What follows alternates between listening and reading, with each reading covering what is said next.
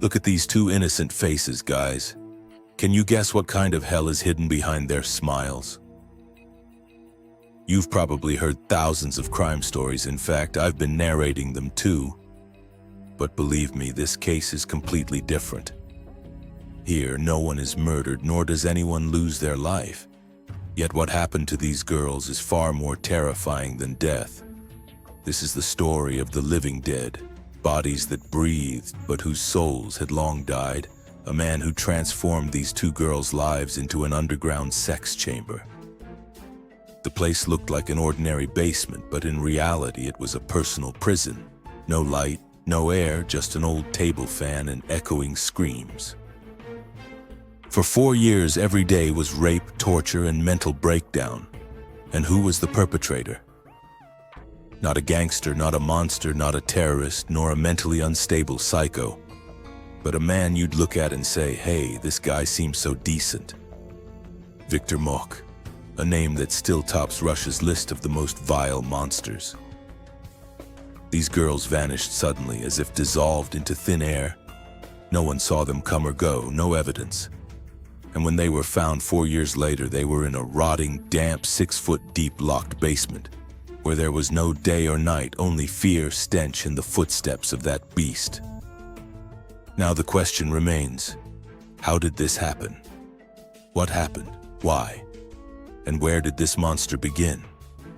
You'll learn everything in detail in today's video. Yes, I'm talking about the Viktor Mokhov hostage case, Russia, 1999. A small town, Skopin, with just 3,000 people, and among them hid a demon. Viktor Mokhov. Outwardly a simple electrician, inwardly a cunning predator. He wasn't the type to keep to himself, but a planner hunting for prey. In 1996, Mokhov built a basement beneath his house that looked like part of a garage, but was actually an underground torture chamber. 3 doors, 0 windows, soundproof walls, and the most horrifying part, a room where a living person could be buried without anyone noticing. The reason was simple: to imprison girls there and keep them as sex slaves for years. For this very purpose, he planned everything: ventilation, soundproofing, food storage, all perfect.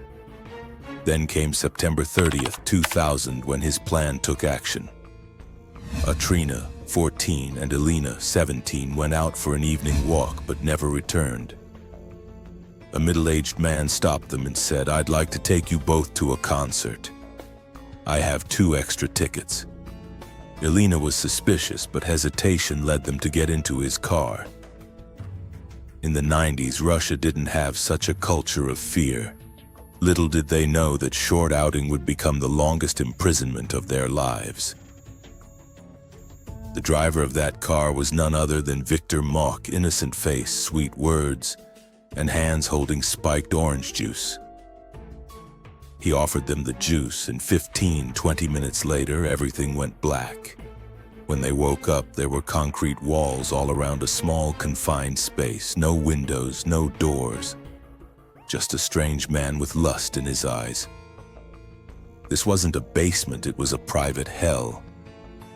Mokhov had imprisoned them in his bunker where no sunlight or humanity reached. He only let them out for 2 reasons: to rape them or to give them minimal food. The rest of the time, they were locked in darkness, left to live as sex slaves. This wasn't a 1 or 2 time incident. It went on for 4 full years, 1,312 days. Mokhov's system was highly organized. He'd bring rations, occasionally basic hygiene items, not out of pity or love, but just to keep them alive, not as humans, but as sexual property. In fact, he even made them maintain diaries when they had their periods, when they had sex, what they ate, everything. A doctor was maintaining the charts, but in reality, this was his method of psychological domination. Then came 2001, when Elena became pregnant. At that time, he grew even more violent.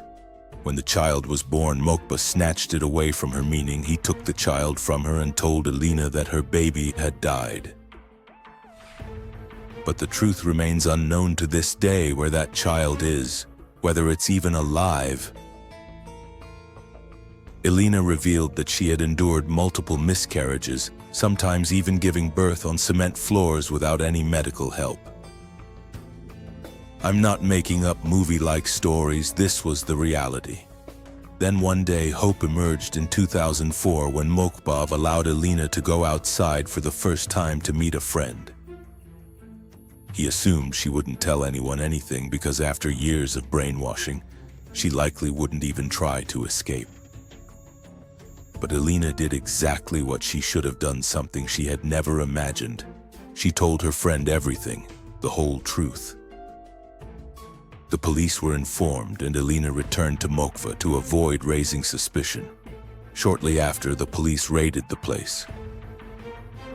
They opened the basement beneath his house and found not 2 people but 2 living corpses, weak, terrified, lying on the ground, sobbing uncontrollably. Mokhov's game was finally over. The entire Russia was shaken by this incident. As soon as it came to light, the case went to court. Elena and Ekaterina recounted everything, how they were treated in the bunker, presenting maps, handwritten diaries, photographs, blood samples, everything. In 2005, the court sentenced him to 17 years in prison because, according to the laws at the time, that was the maximum penalty for rape and kidnapping. No murder had occurred, or else he might have been hanged. But wait, guys, because the story doesn't end here. In 2005, Viktor Mokhov was sentenced, and it was as if Russia had come to a standstill. The media dubbed him the scrap metal maniac, a name that now echoed like a symbol of fear. People were shocked because Mokhov seemed just like anyone else, simple, quiet, mechanically skilled. But no one could have imagined that inside him lurked a predator, a monster. And when he stood in the courtroom and was asked if he felt any remorse, his response was chilling. I gave them food, I cared for them. I did not kill them. As if providing food and care justified everything. As if the daily torture, rape, miscarriages were nothing. As if that wasn't part of the torment. Elena and Agrina still tried to rebuild their lives, but Elena admitted in an interview that he had controlled even their thoughts. When they were finally free, they didn't know what to do, whom to trust, or how. As the media moved on from the case, society fell silent. But in 2018, when his release date began approaching, the headlines flared up again. Then in 2021, when he was finally released, when he walked out of prison, the story took a disturbing, disgustingly real turn. Outside the prison, people were welcoming him. Some took selfies with him. A journalist interviewed him as if he were a Netflix star. Mokhov looked into the camera and said, "Now I want to live a normal life. I won't make any mistakes." But there was no guilt in his eyes, no shame, only pride. As if he had accomplished something great, as if he had set some kind of record. Society's true face was revealed when people started making TikTok videos outside his house. Seriously? A man who turned 2 girls into sex slaves, forced one to give birth on a concrete floor without medical help, subjected them to daily torture. He was now viral content. And shockingly, Mokhov said in an interview, "I really enjoy being around girls, maybe I'll get married now." A man who had raped repeatedly for 4 years, turned lives into hell, still harbored the same fantasies. And people were laughing, enjoying the views, creating content. This wasn't just disturbing, guys, it was a shameful exposure of humanity's darkest side. It was a moment here when society got divided. Some said he has already served 17 years in prison, so leave him alone now. Others said fine, but he'll just do it again, only the next victim will be someone else.